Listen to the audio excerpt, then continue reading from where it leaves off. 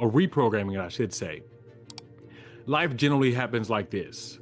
You're either the cause or you're the effect of things or outcomes in your life.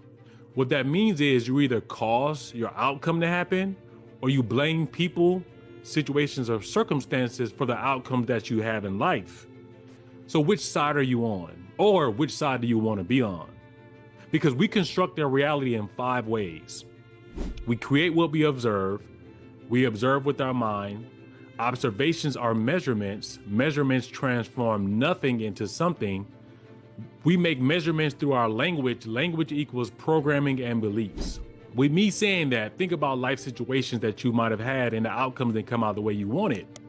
What are you being made aware of with me saying that? So, did you say something like, man, I'm gonna get fired today, and you go to work and you get fired? Or are you gonna be like, man, I didn't study for this test, I'm gonna go to school and I'm gonna bomb this test, or man, I can't get a girlfriend, or whatever the case. Think about it. I'm gonna give you a second to think about some situations in life where you had those outcomes. And what did you say, if you can remember, in context of those outcomes? A lot of times people's perception of themselves is projected outwardly, and now other people are seeing you the way that you see yourself. So for the most part, people project with their baggage. And what happens is you end up getting more of the same. So what I would say is the key would be to focus on what you want, but before you do that, you remove the baggage so that you get the outcome that you want. Because if not, I'll say this, everyone has the resources to have the desired outcome that they want or succeed at whatever it is, but because people have baggage, they're prevented from seeing whatever that is. So for an example, this is a thing, right? Relationships. That's a lot that's going on social media. People are saying, I can't find a woman, I can't find a wife, I can't find whatever it is. Is it because maybe you're holding on to something from like Peter, John, Terrence, Tiffany, Jose, or Guadalupe, and you haven't released that baggage, or you haven't addressed whatever it was between those people. And so now you're not able to see something good that could be right in front of you. That's what people do because you're projecting with your baggage. So, right, there's only 2 things that you can do. Like, responsibility for change is 2 parts. You first have to have self-awareness of what you're doing is wrong. So be aware that that's something that needs to change. Most people don't hold themselves accountable. So if you're not holding yourself accountable, or you don't have some kind of accountability partner, you're not going to be aware. Self-awareness is probably one of the biggest things that are lacking because no one thinks they're bad at anything. I've never heard, I saw this video the other day where this guy was saying he's never ever heard a woman say where she was at fault in a relationship. It's always, well, he did this, or he did that, or she did this, or she did that. I don't know if everyone ever takes stock of what they did in the situation. So self-awareness is one of the things that people have to start. And then number 2, you have to put the work in. You have to do the work. Once you're made aware of whatever the situation is, you have to do the work to be able to fix that. So whether it be you go to therapy or you just internalize whatever it is. Like when people break up with people, do they sit back and look at the situation and be like, you know what? I probably could have did this differently, or I could have communicated better, or whatever the case is. There's always different things based on whoever's relationship. You know what I mean? But that's just an example of like, people should just take stock of whatever their situation is and why it didn't work out the way it was. I mean, why the way it should have, or whatever they desired. I remember when I lived in Orlando, I moved to Orlando in early 2000s. And I didn't have a car because my car broke down on the way there. I didn't have any money.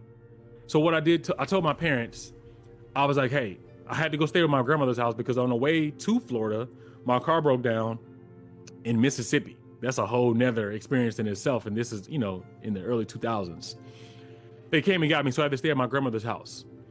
And so at one point while I was there, I was losing my mind because you've seen the videos. You saw if you've seen the videos, it's 3,000 people in the town. Like there's nothing going on. And I moved from Tulsa. I told my parents to say that I worked for them because at the time they had a business. And I said, put down that I make $360 a week because I have found this apartment online that had 2 months free rent. I'm like, I'm gonna figure it out. $360 a week. First of all, I bet you like, damn, yeah, times have changed. But anyway, $360 a week. And so they put that on there, and I was able to get this apartment for 2 months, no rent. And so in that time frame, I used to work at Bally's Total Fitness. For those of you that know, that's like, damn, it's been a while, right? It turned into LA Fitness, by the way. But anyway, so I had a check coming from that I was like, all right, this will help me get to, hopefully I can get a job in between now and then. That check will get me through. I got 2 months, and then my car had broke down, so I didn't even have that. So I'm getting to the point of saying that you have to have resources or be resourceful. And I talked about this before. Most people have the resources, they just are not in a resourceful state. But anyway, so my dad did it. I think they gave me $120. I didn't have a Florida license, so when the check came, I couldn't even cash that. During this 2 months, the library was like probably like 7 or 8 miles away. I didn't have my car. But what did I do? I walked to this library every damn day. It was probably like a 3-hour walk there, and then I had to walk back. I did this walk to be able, because I didn't have anything. We didn't have any furniture in the place. I was sleeping on the floor, didn't have anything. But what I did have the ability to look up. I had my cell phone to look up where was the closest library, because someone gave me that idea. I don't know who it was like, why don't you just go to the library and get on the computer? So that's what I did. I spent months walking to the library, applying for jobs and reading books. That's also what took me from wherever I was before to where I am right now, because me walking to the library for months to try to put in applications on the computer, I didn't have anything else to do. So that's kind of what I did. I would go there. I had a laptop, and I would rent DVDs and read books and get on the internet and just do research. I mean, I looked up telekinesis, telepathy. I had that much time on my hands to like look into so much crazy stuff. But what did it do for me? It put me in the state of resourcefulness. But then from that point on, after me doing what I did, I ended up getting a job at Express. I ended up getting a job for the NBA. I ended up getting another job for Universal Studios. Like, all in a matter of, 2 months, all of this came about. So I'm just saying, like, you gotta be in a resourceful state. So if I didn't do that, if someone just dropped you off in the middle of a city with $120, a driver license with a check that you can't cash, what are you gonna do? That experience got me to the where I am today doing what I'm doing. Because of that, because of me being like, you know what? There's 2 things that I can do. I could sit in this apartment and sleep on the floor with nothing but a laptop and a radio, or I can figure out what to do and change my situation and change my outcome. Yeah, I got on my grind. I put the work in. So what I initially did was, it was a huge issue that I had, right? Large. I got an apartment. I don't have no money. And I got 2 months to try to figure it out. If I don't do this, I'm gonna end up going back home to my grandmother's house. I'm gonna get evicted, and I'm gonna have to do, I don't know what, who knows what. I chunked up the situation. I looked at a holistic picture of like, all right, this is the bigger picture. This is all the stuff that I got going against me. I saw what I needed to do, and then I chunked down. So from there, I was like, only thing that I can do is go to the library, do applications. I started going from there. All right, I can't cash this check, so what else can I do? I wrote the check. I signed the check over to, I think it was my uncle, or no, a friend of mine was there. I signed the check over to him, and then he cashed it. And then from that point on, I think maybe a month in, my pastor had called and did a prayer for me. And then right after he prayed for me, really enough, 2 days after that, my parents said that my car had got fixed. So then they came and picked me up to take me to go get my car. So then all of this kind of started happening. From me taking action and doing what I was doing, things started taking place. So from that phone call that my parents had got my car fixed, or that it was fixed, they came and picked me up. On the way to go get my car, I got a call from the NBA telling me that they had a job for me. Boom. So then that started happening. And then my parents were going to give me their furniture because they were moving from Chicago to Florida or whatever they were going. So then they got a call saying that the furniture didn't have anywhere to go. and it came early. The furniture wasn't going to come for 6 months, but miraculously it came before they expected, and they didn't have anywhere to put it, so they put it in my apartment complex. So all of this happened literally in the same month and a half or 2 months, because I started taking action, and then I wasn't focusing on the negative that was going on around me. I was thinking about, all right, cool, I done put out 50 to 100 applications. I done got this check cash from my friend. All the things started happening. So again, I'm gonna run it by you again. My parents came to pick me up, that the car was fixed. In the car, passing through Orlando, I got a call from the NBA. I got the job. And then we got a call that the furniture ad came. So check it out. We had to turn around. We were in Ocala, if you know Florida, or toward Gainesville, where the University of Florida is. We had to turn around from Gainesville, drive back to Orlando to get the furniture to put in my house. Did that, hopped back in the car, and then went to pick up my car. And then in that process, I got a call that I had that job. All of this happened in a short amount of time. So we get to Georgia, pick up the car, they bring me back. I think I started in 2 weeks. And then I had a house full of furniture. I had a job, and I had my car. And then from that point on, I think maybe 3 weeks to a month later, I got the job at Express.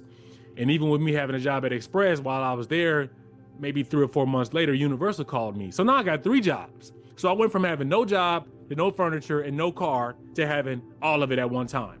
So then I kept all 3 jobs, stacked my money. I wasn't worried about women. I wasn't worried about females or anything. I wasn't doing any of that. I was just like, man, let me focus on what I got going on to get my situation fixed. So then I got that going. 6 months in, fast forward 6 months later, I moved to Florida anyway to, start some kind of modeling stuff. So then I ended up going to Miami, getting signed with a bunch of different agencies. It just goes and goes and goes from there. And now I'm here. So I'm giving you that story to say, when you have situations in life, yeah, it could be where you're like, man, this is horrible. Do you focus on the fact that it's horrible, or do you focus on the outcome that you want to happen? I'll say this is what you should ask yourself. It was a terrible problem, wasn't it? So what did I just do? Me saying wasn't it just told my unconscious mind to move from that state of it being a terrible situation into another state, because again, your brain can only be in one particular state at one time. So me saying wasn't it, I put it in the past. So now I'm moving on to, okay, what am I doing now? Or you can ask yourself, if people are trying to make changes in their life, you can say, you want to make changes to your life, haven't you? Boom. You just said you are making changes. You have made changes. So you're going to just make more changes. Instead of saying, I need to make changes. You've already made them and you're making them, just make more. So you're trying to talk to your unconscious mind, change the language of what you're telling yourself.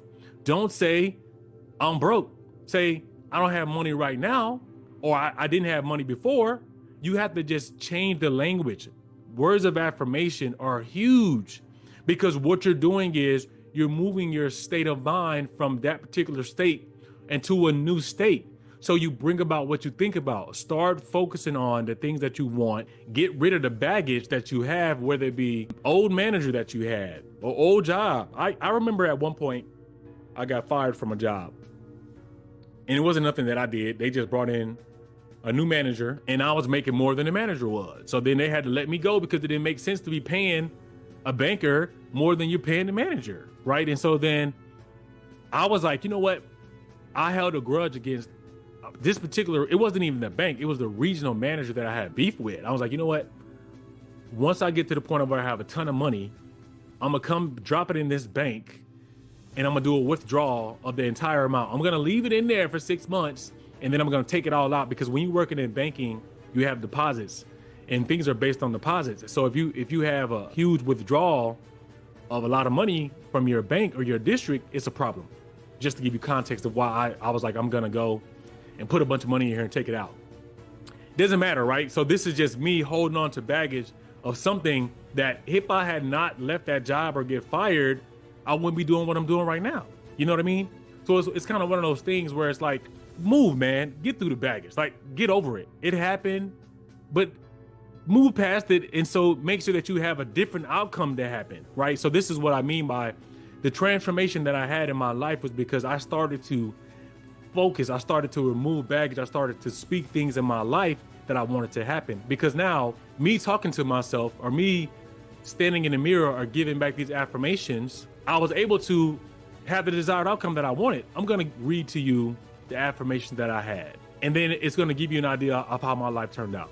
I got these affirmations from this experience that I went to. It's called the Millionaire Mind Experience. I'm going to read them to you. This was something that I did in 2016. And when I tell people, if anybody that knew me before, I was different, man. I can't even go into detail of how I was. Maybe one day, if you read the book Epitome of the Mind, it'll break down to you how I was. But anyway, these are the affirmations that I put them on my refrigerator. Matter of fact, I just went and got them off right now. I create my life. I create the exact amount of my financial success. I plan the money game to win. My intention is to create wealth and abundance. I admire and model rich and successful people. I believe money is important, money is freedom, and money makes life more enjoyable. I get rich doing what I love. I deserve to be rich because I add value to other people's lives. I am a generous giver and an excellent receiver.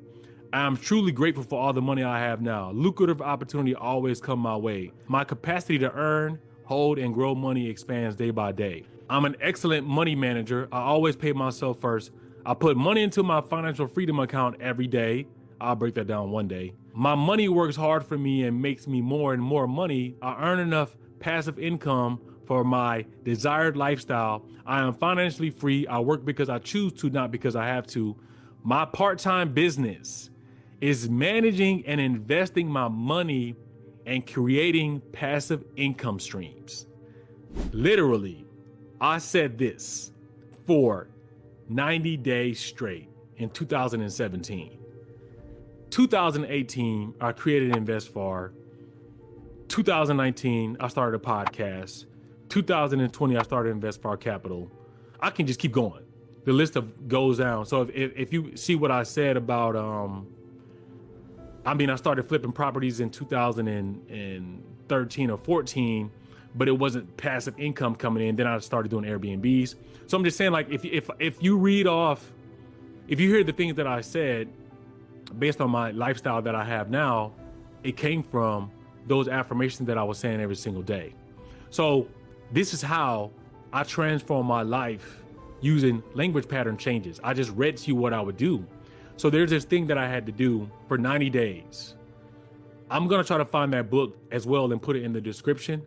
That's one of the things that I did. I went through this thing where for 90 days I had to do these affirmations, and then I had to touch myself at different parts of my body where it's kind of like a kinesiology. And so there's secrets to money, and I'm not even going to try to break that down either. But just know that through the language pattern changes, my life started to change. This is the last thing that I'm going to read to you, and it'll break down what I do right now and kind of what I'm doing.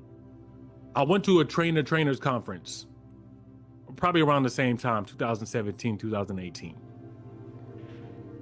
This is what I did for probably 6 months. These are affirmations that I did for 6 months. And now think about what I'm doing right now. I have important knowledge and experience to share. I add value to people's lives. I am confident and charismatic. I am an excellent program designer. I am a powerful presenter. I own a fortune teaching what I love. I'm gonna drop the mic on that. Is that not what I'm doing right now? Prior to this, I just wanted to play basketball, do modeling stuff, and do my clothing line. Never in a million years did I think I would have a podcast. I would be doing neuro-linguistic programming and reprogramming people's lives for them to be successful in whatever capacity. I never thought I would do a YouTube channel. I never thought I would do any of what I'm doing right now. The things that I just read to you, I looked at this maybe 5 months ago and I was like, oh my God. This is literally exactly what I'm doing right now. I didn't even plan it out like that. I didn't even plan it out. I didn't do any of that. This is something that I said for 6 months, and then boom. So this is what I'm saying. You can transform your life, and you will arrive to a destination or an outcome that you desired without even knowing that you're there. It wasn't until, again, 6 months ago where I looked at this thing and I was like, oh snap, this is literally what I'm doing right now. So transform your life to the desired life that you want.